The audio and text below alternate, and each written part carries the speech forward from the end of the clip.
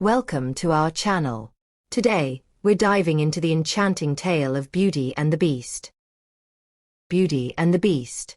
Once upon a time, in a faraway land, there was a wealthy merchant who lived with his 3 daughters.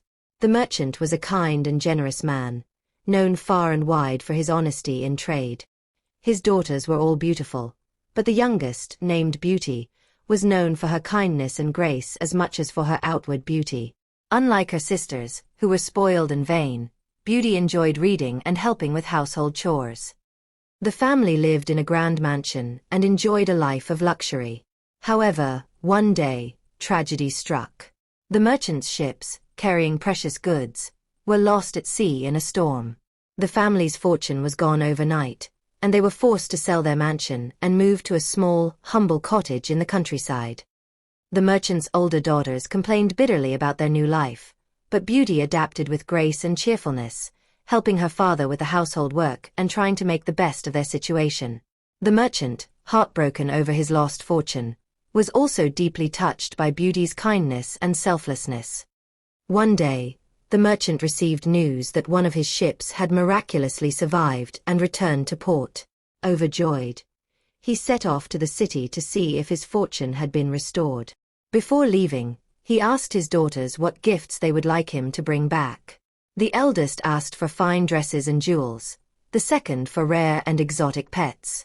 Beauty, however, asked only for a single rose, as there were none in their new rural surroundings.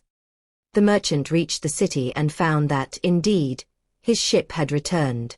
However, it had been heavily damaged, and after paying off his debts, he had very little left. Disheartened, he began his journey home. As night fell, he got lost in a dense forest. Cold and hungry, he stumbled upon a magnificent palace. The gates were open, and he entered cautiously. Inside the palace, he found a table laden with food and drink. Despite the grandeur of the palace, there seemed to be no one around. Exhausted and famished, the merchant ate and then found a warm bed to sleep in. When he awoke in the morning, he remembered Beauty's request. In the palace garden, he saw a beautiful rosebush and picked a single rose. Suddenly, a fearsome beast appeared. The beast was furious that the merchant had stolen from his garden and demanded that he pay with his life. Terrified, the merchant explained that he had picked the rose for his daughter. The beast softened slightly but still demanded that the merchant must either return to die or send one of his daughters in his place. The merchant returned home, his heart heavy with sorrow. He told his daughters what had happened, and Beauty, feeling responsible for her father's predicament, insisted on going to the beast. Despite her father's protests, Beauty was determined to save him. The next morning, Beauty and her father set off for the beast's palace. Upon their arrival, the beast welcomed them and treated them with unexpected kindness.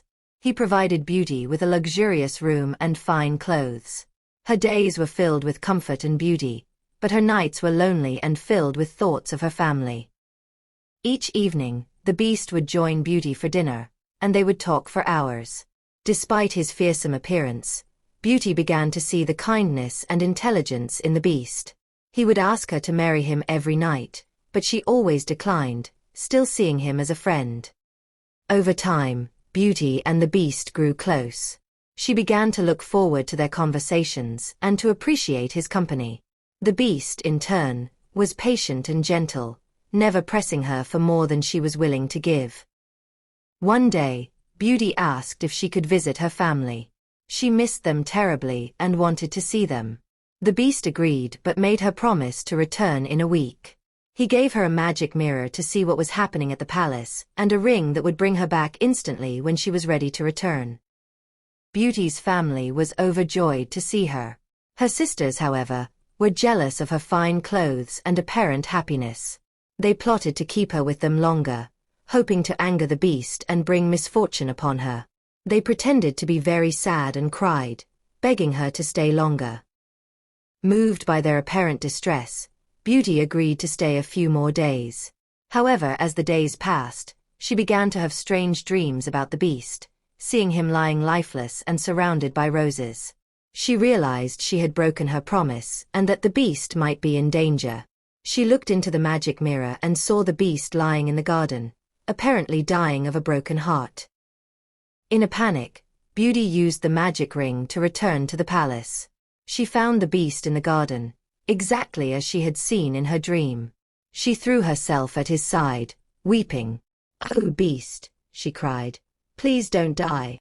I love you. I will be your wife." At her words, a miraculous transformation occurred.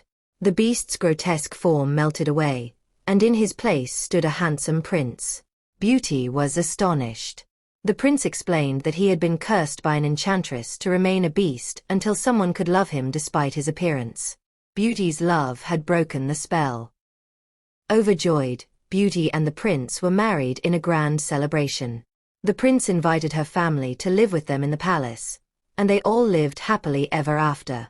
Beauty's kindness and bravery had not only saved her father but had also brought happiness and love to her life and to the lives of those around her.